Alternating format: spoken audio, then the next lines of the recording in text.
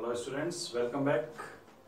Now after completing few chapters of physical chemistry, we are going to start organic chemistry once again. So as we all know that we have completed GOC section. So we are comfortable with that section, and now we are going to start our unit 2, that will be hydrocarbon.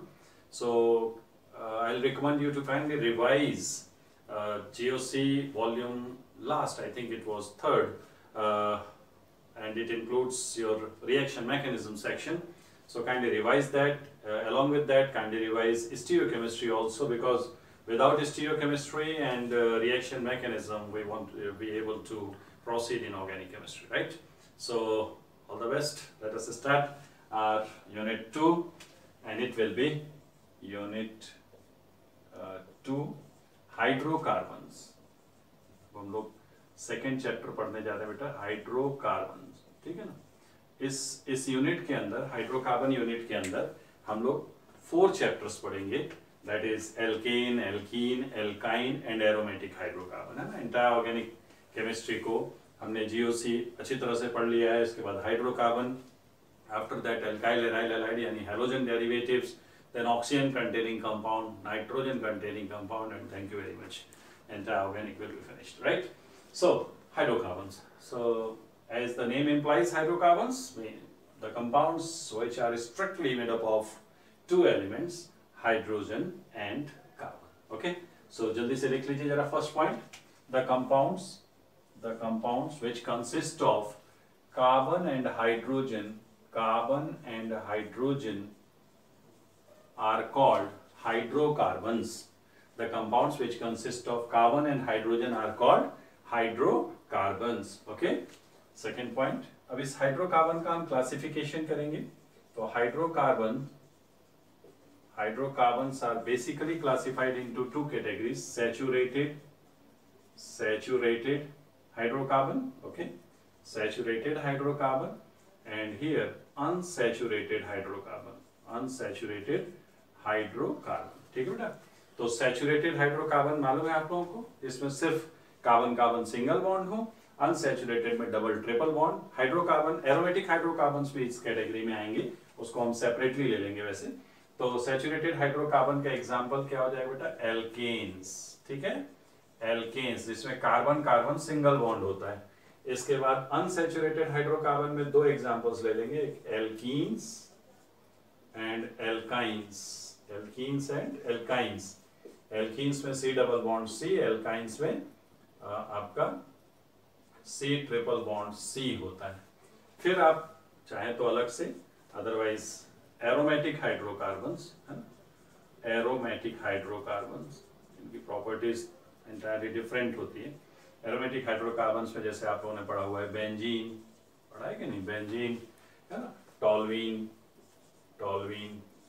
CH3, this is called toluene. Naphthalene आप सबको पता है, naphthalene when 2 benzene rings are fused, naphthalene, anthracene, phenanthrene, तमाम ये सब ये benzenoid aromatic hydrocarbon कहलाते हैं. तो जिनको जीओसी पे कमांड है उनके लिए अब ऑर्गेनिक केमिस्ट्री केवल एक फॉर्मेलिटी है, right. We have not too much things to learn, hardly 10 to 15% मैं कुछ नई बातें बताऊंगा.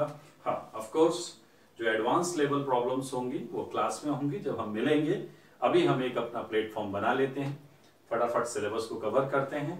इसका जो एक्स्ट्रा ऑर्डिनरी सेक्शन होगा वो क्लासरूम प्रोग्राम में होगा, राइट. तो अभी हम फटाफट अपना सिलेबस कवर करेंगे. हाँ, जो बुक्स आपके पास है वो सॉल्व हो जाएंगे मेरे इस लेक्चर से, बट जो हम एडिशनल इम्पैक्ट देना चाहते हैं सब्जेक्ट में वो हम क्लासरूम प्रोग्राम में करेंगे अच्छे से, है ना. वो कुछ extra ordinary high foreign authors की प्रॉब्लम्स होती हैं, वो हम जब फेस टू फेस इंटरेक्ट करेंगे तो उनको सॉल्व करेंगे. फिलहाल हम फटाफट सिलेबस कंप्लीट करेंगे. इसको नोट कर लिया आपने बेटा. तो hydrocarbon, saturated, unsaturated, aromatic. Saturated alkane, C single bond C, unsaturated alkenes, and यही आपका सिलेबस भी है इसी हाइड्रोकार्बन यूनिट का. ठीक है बेटा. चलिए अब हम लोग इसका फर्स्ट पार्ट लेंगे और फिर उसको स्टार्ट करेंगे. अब इन चैप्टर्स में आप लोग को क्या पढ़ना होता है? जैसे एल्केन शुरू किया तो एल्केन के बारे में इंफॉर्मेशन, प्रिपरेशन कैसे करते हैं, प्रॉपर्टीज क्या है, ये कुछ बातें हमें देखनी होती. So now we are going to start our first topic of this unit and that will be alkanes. So central heading लिखिए, topic 1 alkanes, बड़ा इंटरेस्टिंग है। alkanes और इनको हम पैराफीन्स भी कहते हैं, पैराफीन्स लिख लीजिए, alkanes और पैराफीन्स। पैराफीन वैक्स सुना है आपने, पैराफीन्स अभी बातें करेंगे हम पैराफीन क्यों कहते हैं। तो एल्केन्स में फर्स्ट पॉइंट लिखिए आप सब। First point, saturated hydrocarbons, please write point 1, saturated hydrocarbons having general formula, saturated hydrocarbons having general formula क्या होता है बच्चों, CnH2n है ना +2, saturated hydrocarbons having general formula CnH2n +2, right. Second point, point 2, alkanes में मैं आपको बता दूं जो कार्बन कार्बन और कार्बन हाइड्रोजन बॉन्ड्स हैं, जैसे इन एल्केन्स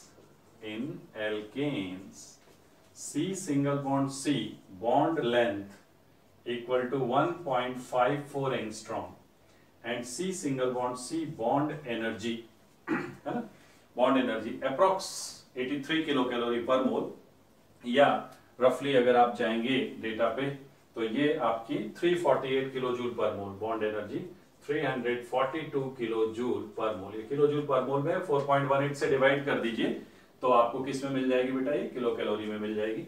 ऐसे ही C single bond H bond length ये 1.09 एंगस्ट्रॉम, आप देख पा रहे होंगे कि ये बॉन्ड इस बॉन्ड के कंपैरिजन में शॉर्ट है, इसका मतलब ये स्ट्रॉन्ग भी होगा और इसकी बॉन्ड एनर्जी भी ज्यादा होगी, तो अराउंड 400 प्लस इसकी बॉन्ड एनर्जी होती है। तो C single bond H bond energy जो है ये आपकी 414 किलो जूल पर मोल, ठीक है बेटा। तो ये कुछ डेटा है जिसको आप देखेंगे और यू विल बी सरप्राइज्ड कि कार्बन कार्बन की बॉन्ड एनर्जी IIT में पूछी जा चुकी है, बट उन्होंने अप्रॉक्स वैल्यू पूछा था एंड मतलब अगर हमें डेटा नहीं भी पता है तो भी सॉल्व होता था, क्योंकि ऑप्शंस कैसे थे मालूम है आपको, ऑप्शन था 1, 10, 100 एंड 1000। अब जितनी आप केमिस्ट्री पढ़ते हैं आपको ये तो आइडिया हो जाता है कि ऑर्गेनिक कंपाउंड्स इतने ज्यादा हैं तो कैटेनेशन की प्रॉपर्टी है, अब कैटेनेशन है तो कार्बन कार्बन बॉन्ड स्ट्रांग होता है, तो 1 और 10 अगर एनर्जी होगी तो 1 और 10 पे इतना स्ट्रांग बॉन्ड तो होगा नहीं। 1000 इवन ट्रिपल बॉन्ड के भी आगे चला गया, N triple bond N 946 kilo joule per mole energy है, 946 समथिंग है, तो वो एनर्जी से भी ज्यादा सिंगल बॉन्ड की एनर्जी तो होगी नहीं। तो एक रफ अगर जजमेंट भी लिया जाता तो क्वेश्चन सॉल्व होता था, इसलिए we need not to mug up these values, but at least हम इसे ये तो देख सकते हैं कि जब हम हीट करेंगे एल्केन्स को, so CC bond will preferentially break, है ना, ये बॉन्ड स्ट्रॉन्ग है तो इसके प्रेफरेंस में ये बॉन्ड ज्यादा ब्रेक होंगे। अभी हम लोग क्रैकिंग वगैरह आगे पढ़ेंगे तो उसमें सीखेंगे। तो ये आप लोगों ने लिख लिया, एल्केन्स के अंदर CC बॉन्ड लेंथ 1.54, ये 348 kilo joule per mole bond energy, और CH की बॉन्ड लेंथ और बॉन्ड एनर्जी हमने देख ली, ठीक है बेटा। अगला पॉइंट लिखेंगे। अब सबसे इंपॉर्टेंट पॉइंट है कि हम एल्केन्स को पैराफीन्स क्यों कहते हैं, है ना। पैराफीन शब्द का मतलब होता है लो एफिनिटी और लो रिएक्टिविटी। एक्चुअली एल्केन्स आपको मालूम है सबसे आलसी ऑर्गेनिक कंपाउंड्स है ना। जैसे कई बच्चे होते हैं ना बहुत आलसी रहते हैं, उन्हें लाइफ बिल्कुल लग्जरी है ना, पढ़ाई लिखाई से मतलब नहीं, आराम से भी सोना है, कोई काम करना नहीं है, तो जो आलस है ना ये भी भारी आलसी है। इन्हें रिएक्ट कराने वाले की हालत खराब हो जाती है, उसका कारण है। तो जो पैराफीन वर्ड आप देख रहे हैं ना, पैराफीन का मतलब क्या होता है जानते हैं, लो एफिनिटी और लो रिएक्टिविटी, महा आलसी कंपाउंड्स को हम पैराफीन्स कहते हैं। क्वेश्चन ये उठता है सर कैसे पता चल गया कि ये आलसी हैं या रिएक्टिव हैं, कई तो भारी रिएक्टिव रहते हैं, है ना, ढूंढ रहे होते हैं कि जल्दी से कोई मिल जाए रिएक्ट कर जाए, और ये तो महा आलसी हैं, है ना, ये कुंभकर्ण के खानदान के, इन्हें जगाना पड़ता है ना, सोते रहते हैं आराम से, ये है कि नहीं। तो भाई कैसे पता चला कि ये इतना लेस रिएक्टिव है, लिटिल एफिनिटी है, देखिए मैं बताता हूँ। एक्चुअली बेचारे एल्केन की गलती नहीं है ना, this is not the mistake of alkene. Actually क्या है, एल्केन्स में अगर आप मैं इथेन लिख दूं CC, इथेन क्या होता है बेटा, CH3 सिंगल बॉन्ड CH3, अगर आप देखेंगे तो यहाँ दो ही तो बॉन्ड, एक तो कार्बन कार्बन और एक कार्बन हाइड्रोजन। आप सबको पता है कार्बन हाइड्रोजन की इलेक्ट्रोनेगेटिविटी रफली सेम होती है, जानते हैं कि नहीं? यस। तो अगर ये एनर्जी इलेक्ट्रोनेगेटिविटी रफली सेम है तो फिर ये जो शेयर्ड इलेक्ट्रॉन है वो किसी भी तरफ ड्रिफ्ट नहीं होगा, और अगर ड्रिफ्ट नहीं होगा तो चार्ज सेंटर डेवलप नहीं होगा, और चार्ज सेंटर नहीं डेवलप होगा तो पोलर सेंटर आएगा नहीं, तो कैसा निमंत्रण है ना? सामने से कोई अटैक करने तो तब आएगा जब आप इन्विटेशन दोगे, भाई ना प्लस है ना माइनस है, अगला भी क्या कहेगा, बोले बेकार है। दूसरी प्रॉब्लम, एक प्रॉब्लम तो हो गई non polar nature. Non polar nature नहीं होने की वजह से इन पे सामने वाले जो पोलर एजेंट होते हैं वो दूर से बैठ के चुपचाप देखते रहते हैं, भैया यहाँ कुछ नहीं हो सकता, ठीक है। और दूसरा कारण है भयानक बॉन्ड एनर्जी। देखिए, मतलब अगर आप एफर्ट भी करना चाहते हो कि भाई टूट जा तो इतनी पर मोल एनर्जी खर्च करनी पड़ेगी, यानी हाईली एंडोथर्मिक रिएक्शन। यही कारण है कि एल्केन में होने वाली जो रिएक्शंस हैं वो आइदर बहुत हाई टेम्परेचर पे होती हैं या सनलाइट की प्रेजेंस में होती है ना? याद आ रहा है क्लोरीन जादू, बताया था मैंने आपको। तो दो ही तरीके हैं भाई एल्केन से निपटने के लिए, अदरवाइज आप चाहो कि हम कुछ ऐड कर दें और वो दोनों आराम से पड़े रहेंगे, कुछ भी नहीं होने वाला है, राइट? तो लिख लीजिए जल्दी से, थर्ड पॉइंट लिखें please. Alkanes are also called paraffins because of Alkanes are also called paraffins because of their low reactivity, or affinity towards reagents.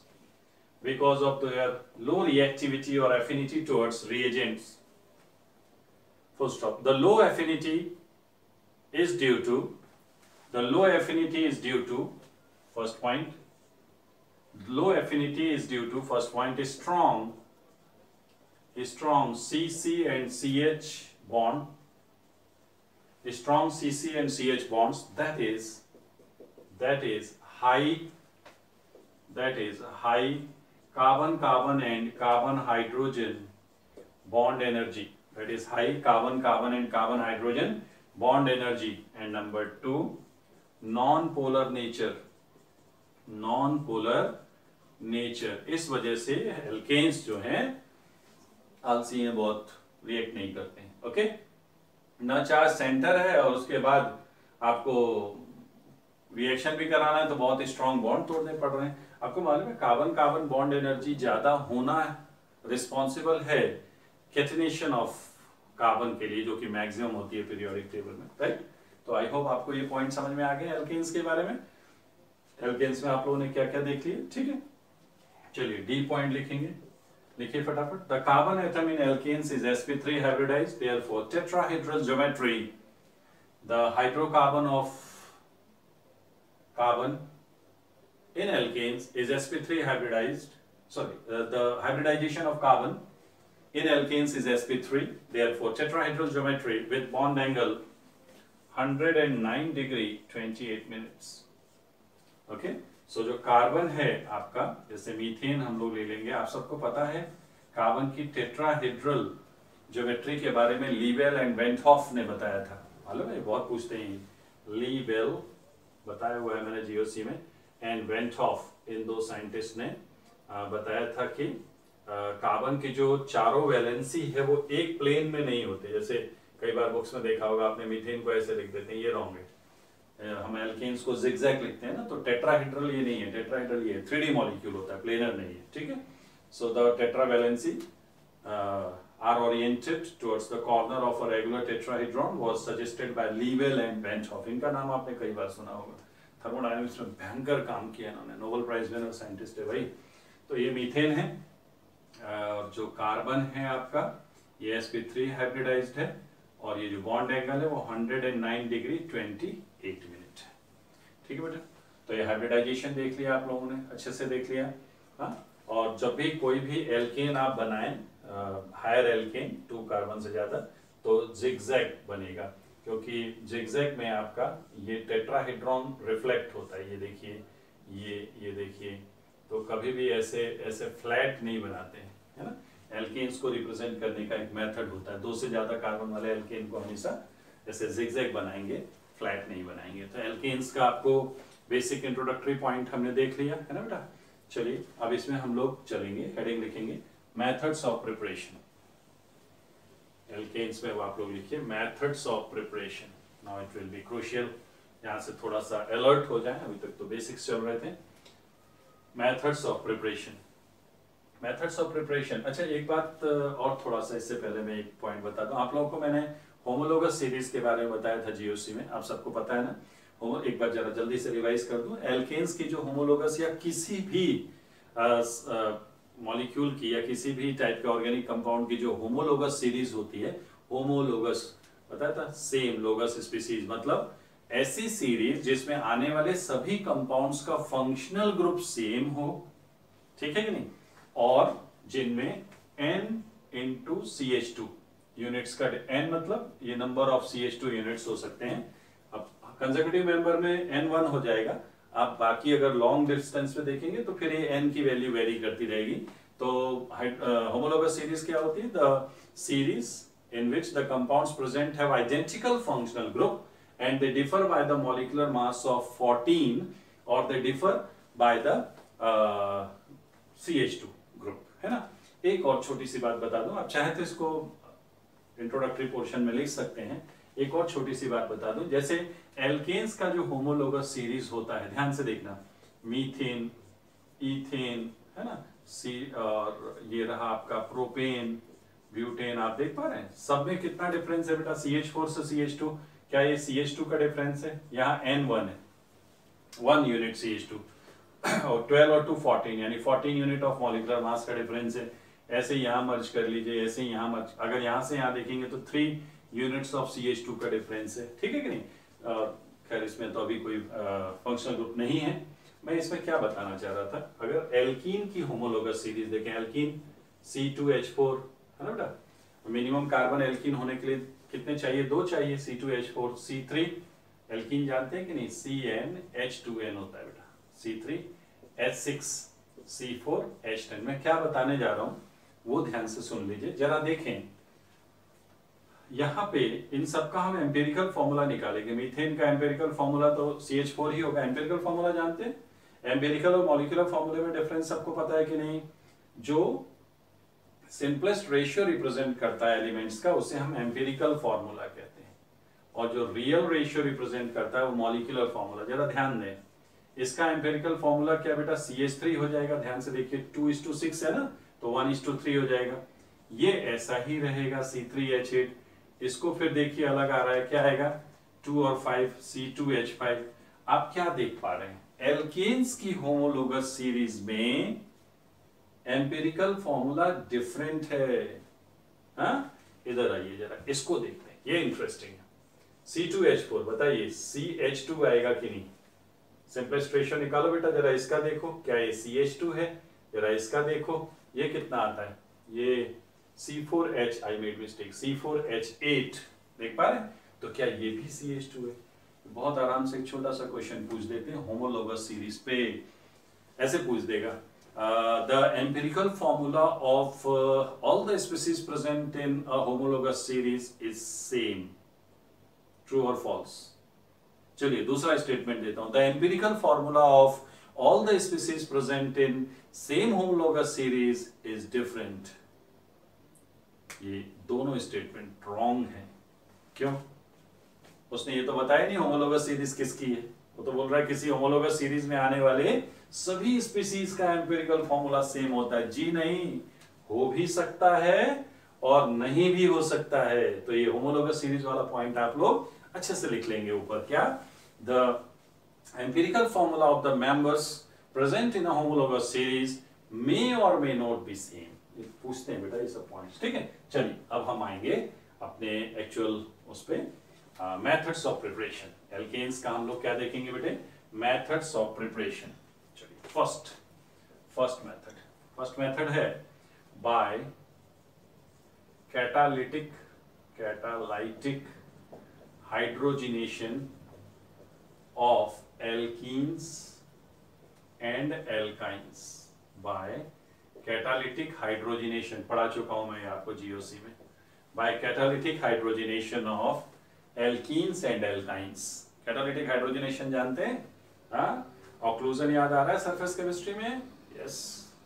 तो जो रिड्यूस्ड आपका कैटलिस्ट है उसे डाल दीजिए हाइड्रोकार्बन पे, हीट कीजिए, डिसऑर्प्शन, हाइड्रोजन बाहर, और वो हाइड्रोजन आके आपके एल्कीन और एल्काइन को रिड्यूस करेगी, है ना। इसको, इस रिएक्शन को सेबेटियर सैंड्रेंस रिएक्शन भी कहते हैं, ये जिन साइंटिस्ट ने कराया था, ठीक है। यहाँ क्या करना होता है, इसको कैटालिटिक हाइड्रोजनेशन या कैटालिटिक रिडक्शन भी कहते हैं। इसमें कुछ नहीं है, आप एल्कीन लीजिए या alkyne, CH2 double bond CH2, इससे हाइड्रोजन, और कैटलिस्ट आपका निकल और प्लैटिनम और पैलेडियम कुछ भी ले लीजिए, 200 से 300 डिग्री सेल्सियस पे हीट कीजिए। हीट क्यों, कई बार बड़ा कंफ्यूजिंग होता है कि भाई सर ये हाइड्रोजन के साथ हीट, एक्चुअली रिएक्शन का प्रेजेंटेशन में मजा नहीं आ रहा है। हमने क्या किया, हाइड्रोजन तो ये क्या देखने के लिए रखे गए हैं, बिल्कुल नहीं, ये फ्री नहीं है, ये इसकी सरफेस पे एडजॉर्ब्ड है, तो ऑक्लूजन हुआ है, आपको डिसऑर्प्शन कराना है। डिसऑर्प्शन एंडोथर्मिक होता है, हीट करो, कैटलिस्ट की सरफेस से हाइड्रोजन का डिसऑर्प्शन कराओ, और वो निकली हुई हाइड्रोजन इनके पाई बॉन्ड को रिड्यूस करेगी, राइट। चलिए, तो ये आपको मालूम है इथीन गैस है, हाइड्रोजन गैस है, लेकिन आपका कैटलिस्ट कैसा है बेटा, सॉलिड स्टेट में। Excellent example of heterogeneous catalysis. देखिए सरफेस केमिस्ट्री के पॉइंट्स आने लगे, हेट्रोजीनियस कैटालिसिस, है ना। अगर ये होमोजीनियस कैटालिसिस कराना है तो आपको मालूम है क्या करना पड़ता है, कैटलिस्ट को भी हमें उसी फेज में लेना होगा जिस फेज में रिएक्टेंट्स है। चलिए खैर, ये सब आप सीख चुके हो, फटाफट हमें कुछ नहीं करना है, बहुत आसान है ये रिएक्शन। ये हाइड्रोजन जाके, आपको मालूम है जब हीट करोगे तो एक सिग्मा बॉन्ड है, pi bond is comparatively weaker, टूट जाएगा। जैसे ही टूटेगा इलेक्ट्रोनेगेटिविटी सेम है, फ्री रेडिकल साइट आएंगे, यहां से आपका हाइड्रोजन दो पार्ट में ब्रेक होगा, दो फ्री रेडिकल, एक H यहां जोड़ दीजिए, एक H यहां जोड़ दीजिए, और बचा क्या, एंजॉय करिए, ईथेन। क्या हो रहा है रिएक्शन में, पाई बॉन्ड तोड़ रहे हैं, दो सिग्मा बॉन्ड बन रहा है, वीक बॉन्ड तोड़ रहे हैं, स्ट्रॉन्ग बॉन्ड बन रहा है। बताइए, वीक तोड़ के स्ट्रॉन्ग बना रहे हैं, प्रोसेस एक्सोथर्मिक। तो इस रिएक्शन का डेल्टा H रिएक्शन जो है वो नेगेटिव होगा। एंड मल्टीपल टाइम मैं आपको पढ़ा चुका हूं कि 1 मोल अनसैचुरेटेड हाइड्रोकार्बन के कैटालिटिक हाइड्रोजनेशन पे जो हीट लिबरेट होती है उसे हम एंथैल्पी ऑफ हाइड्रोजनेशन कहते हैं। और आपको तो मालूम है कि enthalpy of hydrogenation is index of stability of alkene. याद आ रहा है कि नहीं? अरे बच्चों, रिवाइज कर लो जल्दी से। जीओसी डेल्टा H हाइड्रोजनेशन, ये जो एंथैल्पी ऑफ रिएक्शन है ना, this is also called enthalpy of hydrogenation. Okay, the enthalpy of hydrogenation is index of stability of alkene। याद आया कि नहीं भाई? अबे जाओ रजिस्टर उठाओ, पढ़ो, नहीं आया तो ठीक है। अब मुझसे ज्यादा उम्मीद मत रखो कि मैं बहुत सिखाने वाला हूँ, बहुत सिखाया आपको। तो पता है हमने जीओसी कितने टाइम पढ़ा है। बच्चे सोच रहे थे कब खत्म होगा भाई, और कई बच्चे इस कंफ्यूजन में थे कि ऐसा तो नहीं है कि एक एक चैप्टर ऐसा होने वाला। जी नहीं, अभी देखिए फटाफट हो जाएगा। आया समझ में? आप सबको एक बात और पता है कि नहीं कि ये सिन एडिशन होता है। क्यों होता है? Refer GOC. ओके, नोट्स पढ़ते रहो। चलो मैं बताता हूँ सिन एडिशन कैसा है बेटा। ये सिन एडिशन, सिन एडिशन का मतलब अगर हम क्या ले लें, मिथाइल मिथाइल डी, इस पे H2 निकल हीट, बोलिए सिन एडिशन। सिस पे सिन, ट्रिक याद आ रही है? कार, यस, सिस पे सिन। बताइए, सिस पे एंटी रेसिमिक, तो सिस पे सिन। मीजो, मीजो कैसे लिखेंगे? मीजो हो गया आपका Me HHDD, optically inactive due to internal compensation. And syn addition है तो एक और एग्जांपल देख लेंगे। मिथाइल मिथाइल ड्यूटेरिएटेड एल्कीन लिया हुआ है मैंने। इवन आप एक काम और कर सकते हैं, यहाँ H लेके ड्यूटेरियम से भी रिएक्शन करा सकते हैं, रेट थोड़ी स्लो हो जाएगी। इस पे हमने H2 का एडिशन किया, निकल हीट, एंड ट्रांस पे सिन एडिशन रेसिमिक। तो रेसिमिक मिक्सचर भी ऑप्टिकली कैसा होता है बच्चों? वो भी ऑप्टिकली इनएक्टिव होता है, लेकिन कारण क्या है? कारण है, अरे बोलो भाई क्या कारण है? कारण है उसका एक्सटर्नल कंपनसेशन, है ना। ये racemic mixture, this is racemic mixture. तो दोनों ही प्रोडक्ट ऑप्टिकली इनएक्टिव हैं। पहला वाला इंटरनल कंपनसेशन, दूसरा वाला एक्सटर्नल कंपनसेशन। तो ये आपने पढ़ा। हाइड्रोजनेशन, इसमें जो पेपर में क्वेश्चन पूछा जाता है वो ये है, वो आपसे 4 एल्कीन दे देंगे और पूछेंगे सबसे ज्यादा एंथैल्पी ऑफ हाइड्रोजनेशन किसकी है। ये सारी बातें मैं जीओसी में बता चुका हूँ, तो आप लोग वहां से देख लेंगे, ठीक है। तो हम अब यहाँ पे उसको बहुत ज्यादा डिटेल में नहीं लेंगे। आई होप आपको हाइड्रोजनेशन का कंसेप्ट समझ में आ गया बच्चों। चलिए अब हम आगे बढ़ते हैं। कैटालिटिक हाइड्रोजन एल्काइन का भी आप चाहो तो देख सकते हो, CH ट्रिपल बॉन्ड CH, इसमें पहले H2 के एडिशन से निकल की प्रेजेंस में हीट करोगे तो बनेगा CH2 double bond CH2, right. फिर से इसको सेम कैटलिस्ट के साथ हीट कर दीजिए तो CH3 सिंगल बॉन्ड CH3। एक चीज ध्यान रखिए, एक चीज अच्छे से ध्यान रखिए कि hydrogenation of alkynes is faster than alkenes, और हीट भी ज्यादा लिबरेट होगी बच्चों, क्योंकि ऊपर वाले केस में तो यहां से यहां तक की हीट है ना, इस केस में तो प्लस x और आ रही है यहां से। क्यों भाई, यहां से यहां जाने में मान लीजिए delta H minus x kilo joule था, तो यहां से यहां जाने पे डेल्टा H मान लीजिए माइनस y किलो जूल है, तो यहां से यहां जाने में resultant minus is just that heat is released, nothing else. तो आपको यहां से यहां जब आएंगे तो रिजल्टेंट हीट ज्यादा लिबरेट होगी, x plus Y kilo joule heat liberate होगी, and system is getting more stabilise than this. तो जिसको ज्यादा स्टेबिलिटी मिल रही होगी वो ज्यादा तेज रिएक्ट करेगा। क्या लिखेंगे, hydrogenation of alkynes is faster than that of alkenes. लिखा हुआ है बेटा सब आपके पास, रोज एक बार उठ के ना जीओसी का लास्ट वॉल्यूम पढ़ लिया करो, मैकेनिज्म पढ़ते रहो बेटा, पेपर का कोई क्वेश्चन गलत नहीं होगा, ठीक है ना। जिसको मैकेनिज्म नहीं आती उसकी जिंदगी खराब है ना, वो तो बस पैरट है, पैरट रट रहा है ना। चलिए फर्स्ट मेथड पढ़ लिया हमने, सेकंड मेथड पे आते हैं। Second method exam point of view से वेरी इंपॉर्टेंट, और वो है वुड्स रिएक्शन। क्या बच्चों, वुड्स बहुत आता है, वुड्स रिएक्शन। आपके सिलेबस में जितनी भी रिएक्शन में साइंटिस्ट का नेम लगा हुआ है वो रिएक्शन वैसे भी एग्जाम पॉइंट ऑफ व्यू से बहुत इंपॉर्टेंट है, तो उन पे ध्यान रखें, ठीक है। वुड्स रिएक्शन क्या है, आइए देखते हैं। ये वुड्स महोदय जो थे, इन्होंने एल्केन को बनाने के लिए अल्काइल हैलाइड को सोडियम से रिएक्ट कराया था। पहले मैं बता दूं इसमें होता क्या है। अच्छा ध्यान रखें, अगर साइंटिस्ट का नेम लिखा हुआ है तो आप मॉडिफिकेशंस नहीं कर सकते, है ना। वो जिसने जो किया है वो करना होगा, है ना। तो आपको उनको रिस्पेक्ट देनी है। न्यूटन्स लॉ में अपना नाम लगा के तो चिपका नहीं दोगे, या मेरे सामने एप्पल गिरा था मैं न्यूटन हूँ, ऐसा थोड़ी चलता है, ठीक है। वुड्स रिएक्शन क्या है बच्चों, एल्काइल हैलाइड को अगर हम सोडियम से रिएक्ट कराएं, 2 मोल्स ऑफ एल्काइल, ये प्रेजेंटेशन है, इस तरीके से लिखा जाता है, और सॉल्वेंट होता है इसमें ड्राई ईथर। भैया सॉल्वेंट तो लगेगा ही लगेगा, डिसॉल्व किस में करोगे, है ना। चाय पत्ती और शक्कर रख के चाय तो बनेगी नहीं, पानी और दूध तो चाहिए ना भाई। तो अभी हम आएंगे सॉल्वेंट यही क्यों लिया है। तो जनरल प्रेजेंटेशन इस रिएक्शन का ये है, RR प्लस ट्वाइस NaX, ठीक है। ये बन गया बेटा, बोर्ड एग्जाम का काम हो गया है। डब्बा बनाओ आंसर लो, ऐसे नहीं होता है, सब फालतू फर्जी वगैरह है। चलो देखते हैं अपन एक्चुअल रिएक्शन क्या है। सबसे पहले हम देखेंगे वाई ड्राई ईथर। देखिए ये इस रिएक्शन में जो आप एलिमेंट ले रहे हैं ना, ये पीरियोडिक टेबल में अल्कली मेटल्स आपको मालूम है और बहुत रिएक्टिव होते हैं। ये तो मतलब अजीब कहानी है, दुनिया में सबको पानी से ठंडक मिलती है, अगले को देखो पानी डाल दो आग पकड़ लेता है। मतलब कितने फ्रस्ट्रेटेड लोग हैं लाइफ में, हैं। मतलब लोगों को कहीं आग लगी हो तो पानी डालो तो फायर एक्सटिंग्विश हो जाता है, और अगले भाई पे पानी डाल दिया तो आग पकड़ लेता है, मतलब है ना, देख रहे हो आप। तो अगर इस टाइप के कोई एलिमेंट किसी ऑर्गेनिक रिएक्शन में यूज हो रहे हों तो हैंडल विद केयर। ये हुआ हाइड्रोजन, हुआ फ्लोरीन, हुआ कुछ, मतलब ये होते हैं ना, जैसे कुछ सोसाइटी में भी जिंदगी के फ्रस्ट्रेटेड लोग होते हैं, मतलब जब देखो किट किट किट किट, वैसे ही वाले प्राणी हैं। इनकी जिंदगी खराब है ना।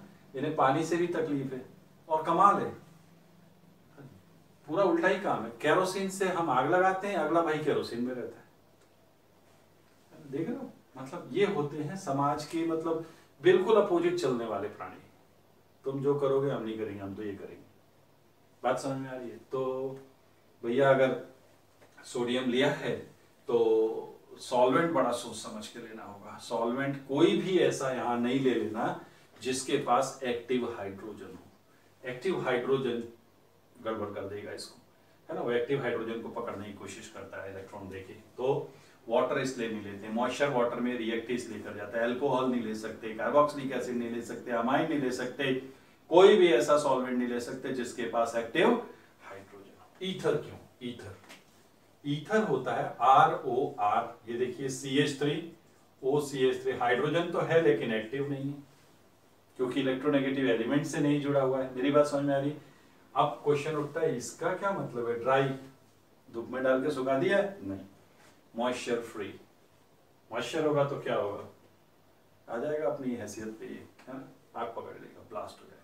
तो ड्राई ईथर का मतलब होता है 100% ether, no active hydrogen, no moisture, handle with care. Okay, so मैंने बताया ड्राई ईथर क्यों लेते हैं। ठीक है, आइए देखें रिएक्शन होती कैसे है, इसकी मैकेनिज्म देखेंगे। इसके दो मैकेनिज्म प्रपोज्ड है बच्चों। आयनिक मैकेनिज्म भी प्रपोज्ड है, कुछ साइंटिस्ट कहते हैं आयनिक ट्रैक से भी चलता है, फ्री रेडिकल भी प्रपोज्ड है, किसी से भी चाहिए प्रोडक्ट सेम होगा।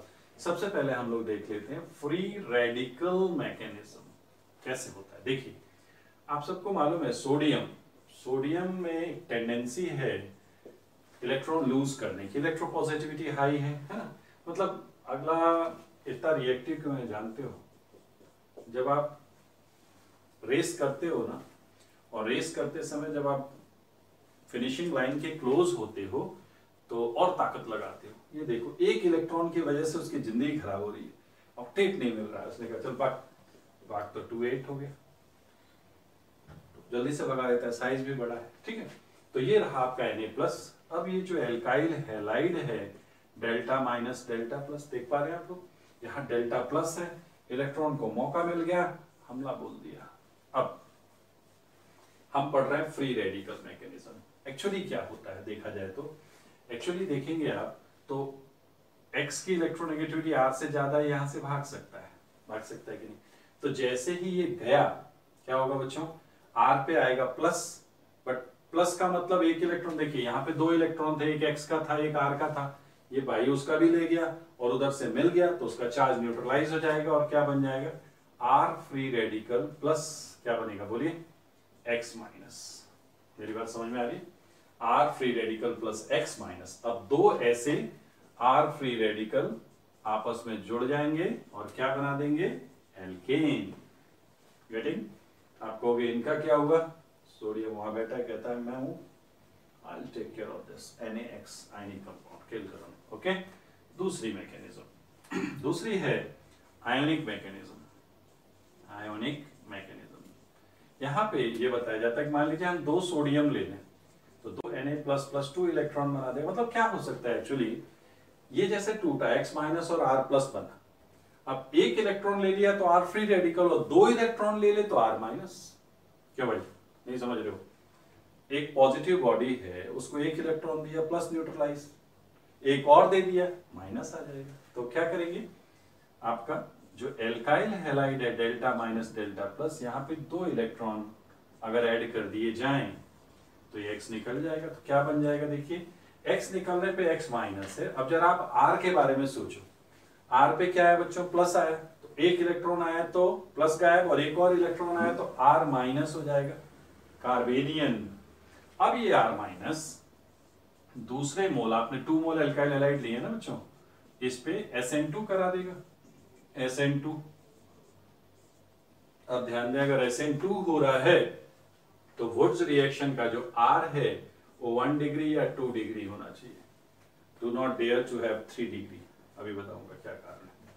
3 डिग्री में SN2 होता है बाबा जी, R प्लस क्या निकल गया? X माइनस, ये 2X माइनस और Na+2 NaX बना देंगे। ठीक है, तो दोनों ही मैकेनिज्म प्रपोज हैं, आप किसी को भी यूज करके प्रोडक्ट बना सकते हैं। ठीक है बच्चों, ये हुआ इस रिएक्शन का mechanism.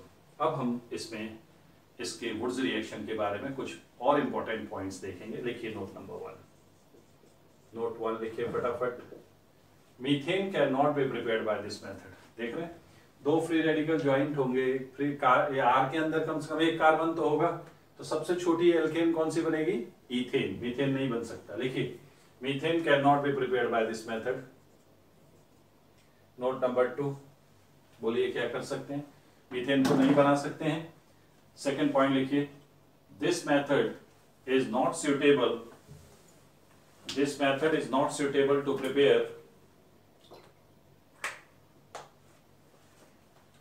this method is not suitable to prepare unsymmetrical alkanes, बहुत आता है पेपर में, not suitable to prepare unsymmetrical alkanes because mixture of different alkanes is formed, because mixture of different alkanes is formed। आइए देखते हैं, मान लीजिए आपने एक एल्काइल हैलाइड लिया RX, है ना, सोडियम, और एक ले लिया XR- ड्राई ईथर, ये डैश लगाया गया है टू डिस्टिंग्विश। अब देखो एग्जाम में कैसे निपटना है, कहानी आप सीख गए हो। यहां से क्या मिलेगा बच्चों, R फ्री रेडिकल, यहां से क्या मिलेगा R' free radical, and now have fun. अगर इसके दो यूनिट आपस में ज्वाइन हो गए तो R, इसके दो आपस में ज्वाइन हो गए R', और ये दोनों ज्वाइन हो गए R', क्या क्या बन जाएगा देखो, नॉर्मल एल्केन, आप आगे प्लस करके लिख लेना, R' plus R' plus NX। समझ में आई बात, मेरी बात समझ में आ रही है आपको। तो क्या हुआ, गए थे साहब, मान लीजिए आपको क्या बनाना था, प्रोपेन बनाना था। मैंने आपको क्या बताया कि this method is only suitable to prepare symmetrical alkanes. Symmetrical alkanes समझ गए, प्रोपेन बनाना है। प्रोपेन एक अनसिमेट्रिकल एल्केन है, 3 कार्बन। अब प्रोपेन बनाने के लिए 3 कार्बन में एक तरफ 1 कार्बन और एक तरफ 2 कार्बन लेना पड़ेगा। तो प्रोपेन बनाने जाओगे तो इतने सारे एल्केन्स बन जाएंगे। अब प्रॉब्लम क्या है, इनको सेपरेट करो, यील्ड पुअर आएगी। भाई बनाने तो गए थे आप, प्रोपेन मिल रहा है, इथेन भी मिल रहा है, ब्यूटेन भी मिल रहा है। तो मैं एक एग्जांपल से आपको इसको समझाता हूँ और भी अच्छे समझ में आएगा। देखिए जैसे R से अगर समझ में नहीं आ रहा हो तो यहाँ हम लोग क्या कर देंगे, एक एग्जांपल लेते हैं। जैसे मान लीजिए फॉर एग्जांपल सिंथेसिस ऑफ, ये आता है क्वेश्चन, सिंथेसिस ऑफ प्रोपेन, ऐसे दे देगा आपको कि which of the following can not be prepared in better rate by Wurtz reaction. अब प्रोपेन बनाने के लिए आपको पता है 3 कार्बन चाहिए। 3 कार्बन में कॉम्बिनेशन क्या लोगे, methyl bromide plus twice Na plus मान लीजिए इथाइल ब्रोमाइड ले लिया, ब्रोमाइड क्लोराइड कुछ भी ले लीजिए, है ना। अब क्या होगा, यहां से देखो, इससे क्या फ्री रेडिकल आएगा बच्चों, मिथाइल फ्री रेडिकल आएगा। इससे क्या आएगा, इथाइल फ्री रेडिकल आएगा, बराबर है। एक से आ गया मिथाइल फ्री रेडिकल और एक से क्या आ गया, इथाइल। अब अगर इसके 2 यूनिट आपस में ज्वाइंट हो गए तो CH3 single bond CH3 ethane बना। ये तो आपका टारगेट ही नहीं था इसको बनाना, आप क्या बनाने चले थे, आपको क्या बोला गया था, प्रोपेन बनाओ। प्रोपेन की जगह बन रहा है इथेन। ऑफ कोर्स प्रोपेन भी बनेगा। प्रोपेन कैसे बनेगा, इन दोनों के कॉम्बिनेशन से। इसको हम फर्स्ट कर देते हैं, सेकंड, ये फर्स्ट प्लस फर्स्ट के कॉम्बिनेशन से बन गया। ये कैसे बनेगा बेटा, CH3 CH2 CH2 CH3। ये भी देखो आपके लिए फिलहाल ये दोनों प्रोडक्ट वेस्ट है, because your goal is to synthesise propane. ये बाय प्रोडक्ट्स हो गए आपके लिए। अब आपका प्रोडक्ट जो आप बनाने चले थे तो यील्ड ड्रॉप होगी कि नहीं, बोलिए, क्योंकि वेस्ट हो रहे हैं ना फ्री रेडिकल्स। तो this will not be suitable method to prepare any unsymmetrical alkanes. I hope आपको समझ में आ गया है। नोट नंबर 3 लिखिए, थर्ड नोट प्लीज। देखिए अब आप यहाँ पे देखेंगे कि ये जो एक्चुअली ये फ्री रेडिकल्स आपस में ज्वाइन हो रहे हैं, जैसे 1 और 2 ज्वाइन हो रहा है, तो ये प्रोसेस कहलाएगी डाइमेराइजेशन। दो यूनिट आपस में जुड़ रहे हैं। क्या आपको पता है कि जब आप यहाँ पे मैंने लिखा कि 1 डिग्री 2 डिग्री, क्यों 1 डिग्री 2 डिग्री, जब आप प्राइमरी और सेकेंडरी अल्काइल हैलाइड्स लेंगे तो उनसे बनने वाला जो फ्री रेडिकल होगा वो प्राइमरी और सेकेंडरी होगा, राइट। प्राइमरी और सेकेंडरी फ्री रेडिकल्स की डाइमराइजेशन की एक्टिवेशन एनर्जी 0 होती है, इसलिए ये कॉम्बिनेशन रैपिड हो जाते हैं। लेकिन अगर आपने ये R टर्शरी ले लिया तो टर्शरी लेने पे प्रॉब्लम हो जाएगी, ओवरक्राउडिंग। ओवरक्राउडिंग होने की वजह से क्या प्रॉब्लम हो जाएगी बताइए, एक्टिवेशन एनर्जी अब 0 नहीं है, उनको जुड़ने में प्रॉब्लम होगी, क्राउडिंग है। तो अगर प्रॉब्लम होगी तो फिर वो इंस्टेड ऑफ डाइमराइजेशन के वो डिस्प्रोपोर्शनेट होने लगते हैं। डिस्प्रोपोर्शनेट रेडॉक्स में सिखाया था मैंने आपको, सेल्फ रेडॉक्स। अभी देखते हैं, देखिए नोट लिखिए, थर्ड पॉइंट जल्दी से लिखें। The activation energy of dimerisation reactions of free radical is zero. The activation energy of dimerization reaction of free radical, the activation energy of dimerization reactions of free radicals is zero. Therefore we get dimerized products. However, if alkyl halide is tertiary, due to crowding or steric hindrance, disproportionation is preferred over dimerization. देखिए, अगर आपने मान लीजिए ethyl free radical लिया है, सब लोग ध्यान से देखें बोर्ड पे, ये इथाइल फ्री रेडिकल है बच्चों। इसमें दो प्रोसेस हो सकती हैं, या तो ये शांति से आपस में जुड़ जाएंगे। इसको थोड़ा सा अच्छे से समझाता हूँ, चलिए इधर देख लेंगे। इसको जरा हम ऐसे लिख देते हैं, कैसे? CH2CH3। डाइमराइजेशन कैसे होगा? ये अपना इलेक्ट्रॉन दे दे, ये अपना इलेक्ट्रॉन दे दे, तो हो गया काम। CH3 CH2, CH2 और CH3। ठीक है बच्चों, ये प्रोसेस क्या कहलाती है? Dimerise product, butane, normal butane, ये है डाइमराइज्ड प्रोडक्ट।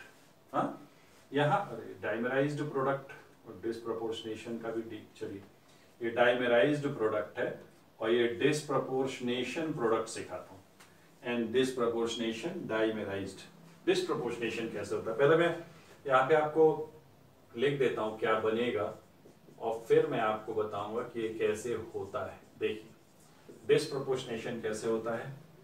CH3 ये आपका इथाइल फ्री रेडिकल है, CH3 CH2, एक और ले लीजिए CH2 CH3। ठीक है बच्चों, अब देखो डिस्प्रोपोर्शनेशन मतलब क्या है? सेल्फ रेडॉक्स, खुद ही स्पीसीज ऑक्सीडाइज हो जाएगी और खुद ही रिड्यूस। आइए ये देखिए, ये जो दो इलेक्ट्रॉन, कोई भी हाइड्रोजन ले लीजिए, इसका एक इलेक्ट्रॉन इधर और एक इलेक्ट्रॉन इधर, कुछ दिख रहा है, और ये महोदय अपना इलेक्ट्रॉन लेके बाहर आते हैं, ये यहाँ से एज H पॉजिटिव डिपार्ट करते हैं और डिपार्ट करते के साथ ही ये इन्हें पकड़ लेता है। देखें क्या प्रोडक्ट बना, यहाँ से क्या बना, इस सिस्टम से क्या बना। क्या ये CH2 डबल बॉन्ड CH2 बना बच्चों? इसने अपना हाइड्रोजन दिया है, लॉस ऑफ हाइड्रोजन, ऑक्सीडेशन, और इसने वो हाइड्रोजन लिया है, gain of hydrogen, reduction. Same species is getting oxidized as well as reduced. Therefore, the reaction is called autoredox, self-redox, or disproportionation. Now, since these free radicals are not overcrowded, the dimerization reaction will have activation energy 0. Activation energy for dimerization reaction is 0. And in this reaction, your normal butane will be major product. It will be major, and these will be minor products. And that's why these will be considered as byproducts, right? Tertiary जल्दी से ले लेंगे। क्या होगा अगर हम tertiary alkyl halide ले लें? देखिए क्राउडिंग, मारकाट मची हुई है, ठीक है कि नहीं? ये तो डाइमर बनाने के लिए तैयार नहीं है भाई, भयानक। आपको तो मालूम है कार्बन sp2 होता है, ट्रायंगुलर प्लेनर, भयंकर मारकाट। लेकिन ये तीनों कार्बन sp3 टेट्राहाइड्रल, हाइड्रोजन चारों तरफ फैले हुए, एक दूसरे को डाइमराइज नहीं होने देंगे। तो जो डाइमराइजेशन प्रोडक्ट जो होगा, जो बनेगा जुड़ने से उनसे, वो क्या बनेगा? 2,2,3,3 टेट्रामिथाइल ब्यूटेन, ये माइनर हो जाएगा। और जो डिस्प्रोपोर्शनेशन प्रोडक्ट होगा वो क्या होगा बच्चों? एक H इसका ले लीजिए और ये आपका बन गया, जैसे ऊपर बना है, आइसोब्यूटीन। आइसोब्यूटीन, ये हो गए मेजर प्रोडक्ट। तो इस तरीके से जब हम लोग, इसलिए अल्काइल हैलाइड टर्शरी नहीं लेते हैं। तो टर्शरी कभी भी दिया जाए तो डिस्प्रोपोर्शनेशन प्रोडक्ट मेजर होगा, और अगर प्राइमरी और सेकेंडरी अल्काइल हैलाइड लोगे तो डाइमराइजेशन प्रोडक्ट मेजर होगा। ओके, लिख लीजिए जल्दी से अच्छे से।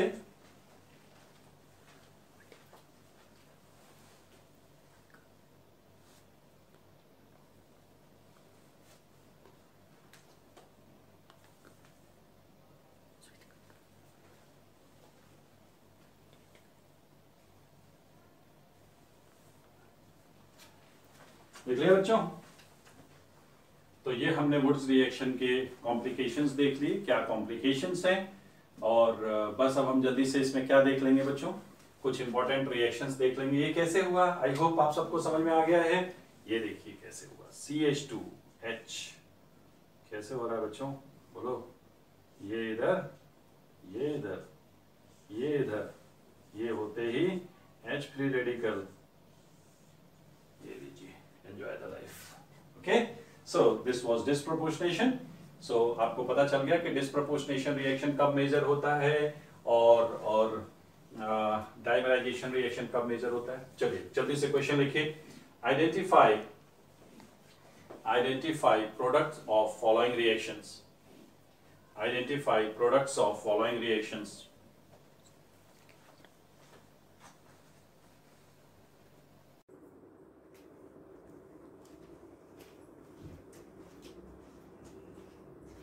So let us have some examples of Woods reaction.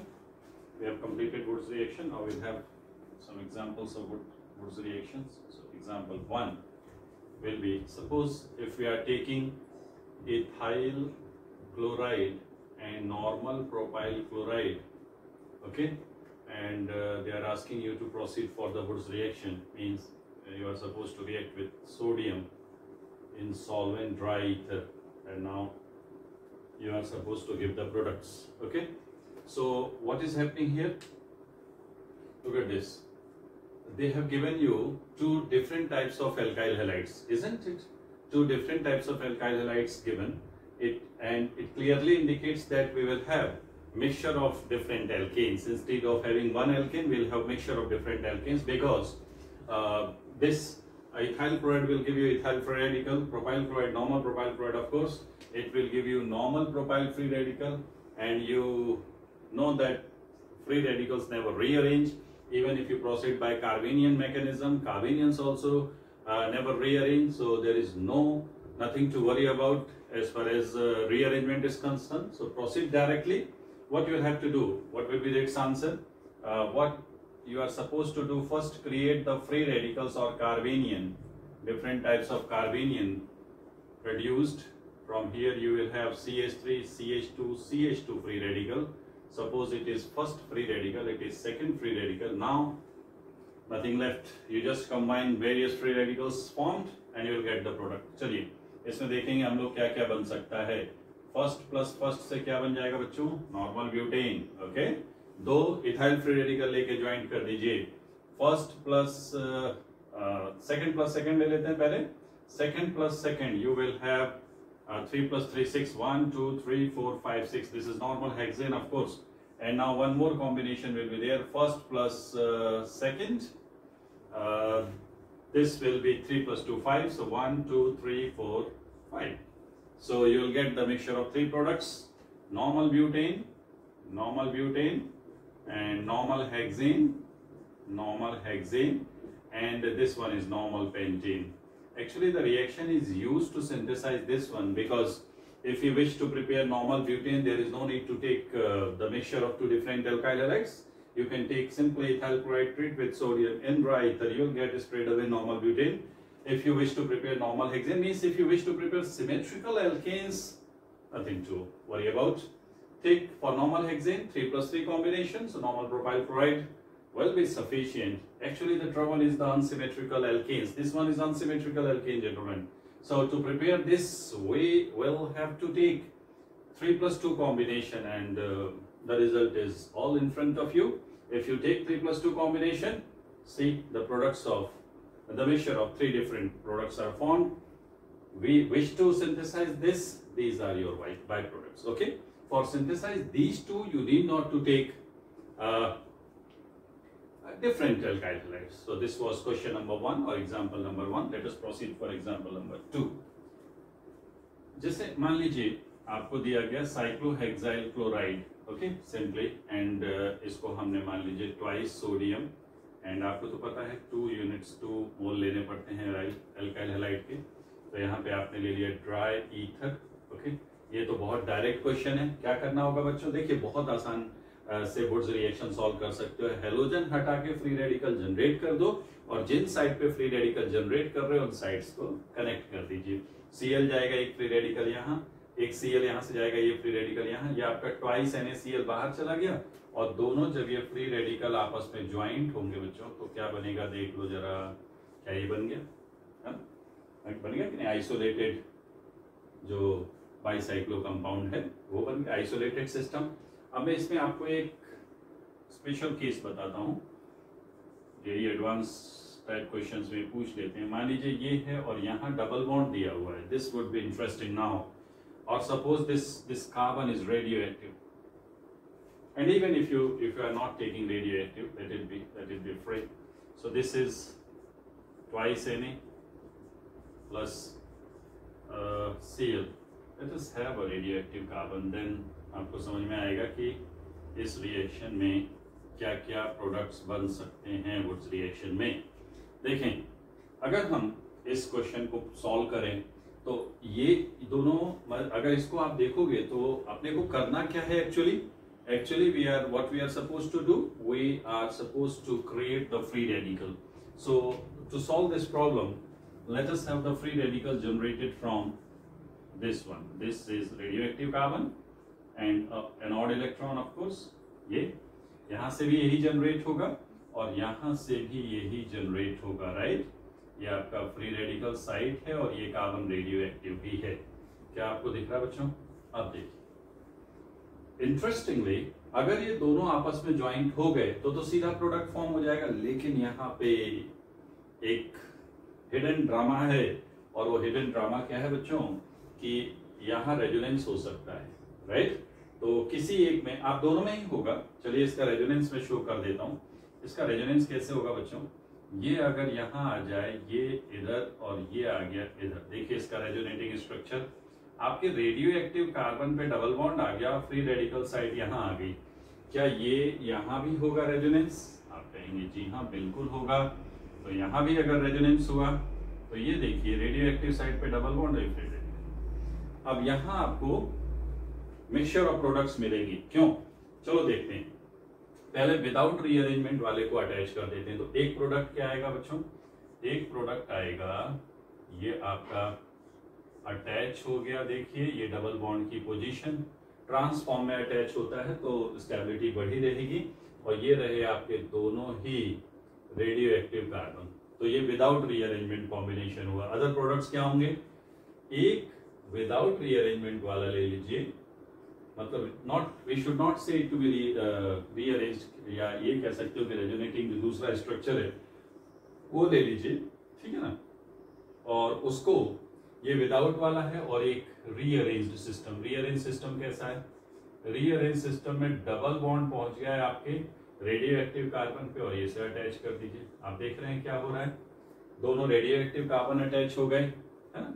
इसको आप चाहें तो ऐसे स्टेबिलिटी के लिए इन दोनों डबल बॉन्ड को ऐसे भी बना सकते हैं, ठीक है ना? दूर बनाइए तो स्टेबिलिटी ज्यादा रहेगी। मेरी बात समझ रहे बच्चों? तो ये हो गया डायरेक्ट कॉम्बिनेशन। यहाँ पे एक विथ रीअरेंजमेंट, एक विदाउट रीअरेंजमेंट, या और थर्ड अगर हम दोनों के रेजोनेटिंग स्ट्रक्चर्स दूसरे ले लें तो ये रहा आपका फर्स्ट, देखिए सब लोग ध्यान से, और ये रहा second. So the mixture of 3 different products will form. तो वुड्स रिएक्शन में थोड़ा अलर्ट रहना चाहिए कि अगर रेजोनेंस स्टेबिलिटी मिल रही है तो उस सिस्टम को हम लोग स्टेबलाइज कर देंगे। नोट कर लीजिए जल्दी से जरा। उसके बाद हम 4th एग्जांपल देखते हैं।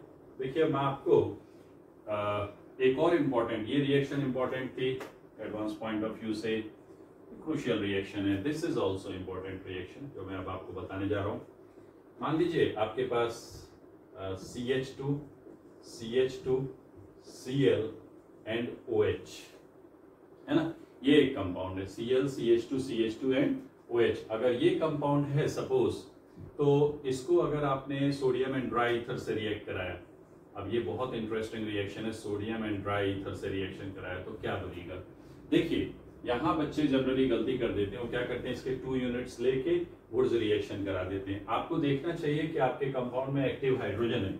मैंने शुरू में ही लेक्चर में मना किया था कि वुड्स रिएक्शन में कोई भी ऐसा कंपाउंड नहीं लेना है जिसमें एक्टिव हाइड्रोजन हो, because sodium is a reactive metal, वो तुरंत इस हाइड्रोजन से सॉरी रिएक्ट कर जाएगा और क्या बनाएगा, देखिए Cl CH2 CH2 OH acid base reaction मान लीजिए, या यहाँ से आपका ये हाइड्रोजन खींच लेगा और क्या बन जाएगा, ये बन जाएगा आपका Na सोडियम हाइड्राइड बाहर आ जाएगा बिकॉज एक्टिव हाइड्रोजन है, और you will get Cl CH2 CH2 O minus, getting? And now intramolecular SN2, this is intramolecular SN2 है ना, मॉलिक्यूल के अंदर ही ट्रबल हो गई है, तो क्या बन गया बच्चों, ऑक्सीरेन। सो यहाँ पे एक आप नोट पॉइंट लिख लेंगे, जल्दी से नोट कर लीजिए जरा, और वो नोट पॉइंट क्या होगा, the substrate in Wurtz reaction should never have, the substrate of Wurtz reaction should never have active hydrogen, अगर एक्टिव हाइड्रोजन वाला आपने ले लिया तो फिर आपको पता है कि क्या हो जाएगा, ये आपने देख लिया। ऐसे कभी भी कोई क्वेश्चन दिया जाए, जैसे मान लीजिए आपको ये क्वेश्चन दे दिया गया, सपोज दैट CH2Cl, और वो आपसे कहते हैं सोडियम ड्राई ईथर, है ना। तो आप देखिए यहाँ फिर वही प्रॉब्लम, एक्टिव हाइड्रोजन है तो सबसे पहले सोडियम इस एक्टिव हाइड्रोजन से रिएक्ट कर जाएगा, और क्या आंसर आएगा बच्चों, ये हो जाएगा आपका SH CH2CH2Cl। सबसे पहले सोडियम इससे रिएक्शन करके क्या बनाएगा, देखिए सब लोग जरा अच्छे से देख लीजिए इसको, इससे बनेगा आपका S minus CH2CH2Cl, then intramolecular SN2, and you will get this product. Okay, so always remember that the substrate in Wurtz reaction must not have any active hydrogen, otherwise you will not get desired product. अब हम देखेंगे intramolecular Wurtz reaction. Intramolecular Wurtz reaction क्या है बच्चों, अगर molecule के अंदर ही Wurtz reaction हो रही हो, कैसे आइए देखेंगे, एक एग्जांपल देखते हैं। सपोज दैट अपने पास एक मॉलिक्यूल है, जैसे जेई में आया हुआ क्वेश्चन, आपको आईआईटी में आया हुआ क्वेश्चन बताया था, जैसे Cl, और यहाँ पे सपोज दैट आपके पास Cl है और ये सोडियम ड्राई ईथर। अब देखिए विद इन द अभी तक हम लोग क्या कर रहे थे, 2 एल्काइल हैलाइड्स ले रहे थे सेपरेटली, राइट। अब हम क्या कर रहे हैं, with in the molecule 2 halogens ले लिए हैं, तो क्या होगा बेटा, कुछ नहीं करना है, बिल्कुल परेशान नहीं होना है, आप हैलोजन हटा के 2 फ्री रेडिकल साइड जनरेट कर दीजिए। कर लिया, अगर ये जनरेट कर लेंगे तो दोनों साइड जनरेट करके मर्ज कर दीजिए, ये आपके फ्री रेडिकल साइड बनेंगे और यहां से बॉन्ड जुड़ जाएगा, तो ये बन गया आपका बाईसाइक्लो 110, और कितने कार्बन है, 4 ब्यूटेन, 1 बीच में एक भी कार्बन नहीं, तो बाईसाइक्लो 110 ब्यूटेन, ठीक है। ऐसे काफी सारे क्वेश्चंस आप कर सकते हैं, जैसे मान लो ऐसा कुछ सिस्टम है जिसमें यहाँ क्लोरीन यहाँ ब्रोमीन लगी हुई है, और आपसे कहते हैं कि सोडियम ड्राई ईथर, क्या करना है समझ गए बेटा, यहाँ से ये क्लोरीन हटाइए, फ्री रेडिकल, ब्रोमीन हटाइए, फ्री रेडिकल, और अटैच कर दीजिए, तो ये प्रोडक्ट बन जाएगा। देख पा रहे हैं आप लोग, देखते जाइए अच्छे से क्वेश्चंस को। थर्ड क्वेश्चन देखिए, मान लीजिए आपको ऐसा कोई प्रोडक्ट दिया हुआ है, ऐसा कोई रिएक्टेंट है, मान लो Cl है ना, और इधर Cl, इधर Cl और इधर Cl, इसको कहते हैं सोडियम एंड ड्राई ईथर से रिएक्शन करा। अब यहाँ पे डबल होगा, है ना, ये देखिए यहाँ से आपने क्लोरीन हटाया एक फ्री रेडिकल साइड, यहाँ से क्लोरीन हटाइए एक फ्री रेडिकल साइड, देखना बच्चों, तो यहाँ इसको हटाया, यहाँ फ्री रेडिकल, इसको हटाया, यहाँ फ्री रेडिकल अटैच, इसको हटाइए, यहाँ फ्री रेडिकल, इसको हटाइए, यहाँ फ्री रेडिकल अटैच, कैसा प्रोडक्ट बन गया, देख रहे हैं आप लोग, this is nothing but spiro, क्यों भाई, तो ये है बच्चों स्पाइरो 2,2 पेंटेन। आई होप आप सबको याद आ रहा होगा, यूपीएससी में हमने ये सब कंपाउंड्स पढ़े हुए हैं, देखते जाइए, फटाफट नोट करें बच्चों।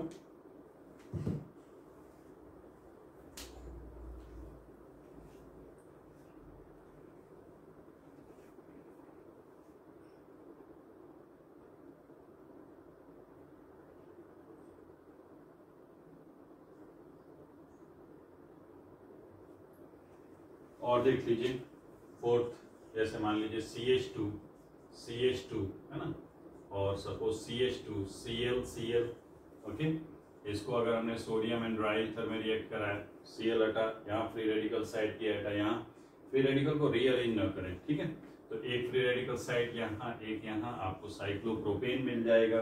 ठीक है, और भी बहुत सारे डिफरेंट प्रोडक्ट्स आप वुड्स रिएक्शन से बना सकते हैं।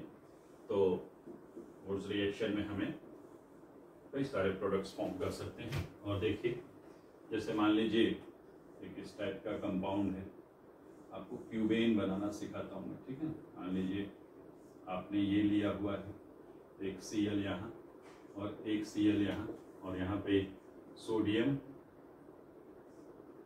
In dry ether. क्या करना है मालूम है? Free radical here and you will get straight away क्या मिल जाएगा बच्चों? देख लो जरा जल्दी से। इसमें आपको क्यूबेन मिल जाएगी। याद आया, क्यूबेन में हमने DU फाइंड किया था, डिग्री ऑफ अनसैचुरेशन। ये एक एल्केन है जिसे हम क्यूबेन कहते हैं। It is nothing but C8H8। Degree of unsaturation will be 8 + 1 - 8/2 equal to कितना आया? 5। ठीक है, तो ये एक एल्केन है। तो आप लोग को ये समझ में आ गया बच्चों कैसे करना है वुड्स रिएक्शन। ठीक है, ये 5th एग्जाम्पल हो गया। तो ये मैंने कुछ एग्जाम्पल्स बता दिए हैं जिसमें आप वुड्स रिएक्शन से डिफरेंट प्रोडक्ट्स बना सकते हैं। अच्छा, यहाँ पे एक छोटे से नोट पॉइंट लिख लेंगे जरा। नोट, अगर मान लीजिए आपने एल्काइल हैलाइड की जगह एराइल हैलाइड ले लिया। क्या ले लिया बेटा? एराइल हैलाइड, सोडियम X और सेम सॉल्वेंट ड्राई ईथर।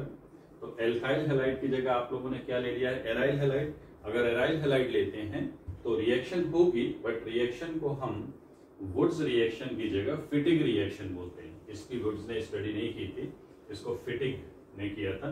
तो ये आपका बाईफिनाइल सिस्टम बन जाएगा। बाईफिनाइल आपको बताया था, अगर ऑर्थो टेट्रा सब्स्टिट्यूटेड कर दें तो OI आने लगता है। अगर POS COS एब्सेंट हो जाए, POS स्पेशली, तो ये बाईफिनाइल है ना। But this is not Wurtz reaction. इसको हम लोग क्या कहते हैं? Fitting reaction. Fitting reaction. एक और नोट लिखिए, मतलब अगर हम एक एराइल हैलाइड ले लें और एक एल्काइल हैलाइड ले लें, ठीक है ना, एक एराइल हैलाइड और एक एल्काइल हैलाइड ले लें, तो आप देखो कुछ नहीं, ट्वाइस NaX हटा दीजिए, आपको क्या मिलेगा? आपको यहाँ मिल जाएगा alkyl benzene plus twice NaX। Alkyl benzene मिल गया। इसमें क्या किया? एल्काइल हैलाइड किसने लिया था? वुड्स ने। और एराइल हैलाइड किसने लिया था? फिटिग ने। तो इस रिएक्शन को कहते हैं वुड्स फिटिग रिएक्शन। ठीक है बेटा, वुड्स फिटिग रिएक्शन। तो एल्केन्स में अब तक हमने कुछ मेथड्स पढ़ लिए हैं एल्केन्स के प्रिपरेशन के। नेक्स्ट लेक्चर में हम इसको आगे कंटिन्यू करेंगे और भी मेथड्स आगे देखेंगे, प्रॉपर्टीज देखेंगे और कंप्लीट करेंगे। Okay, thank you.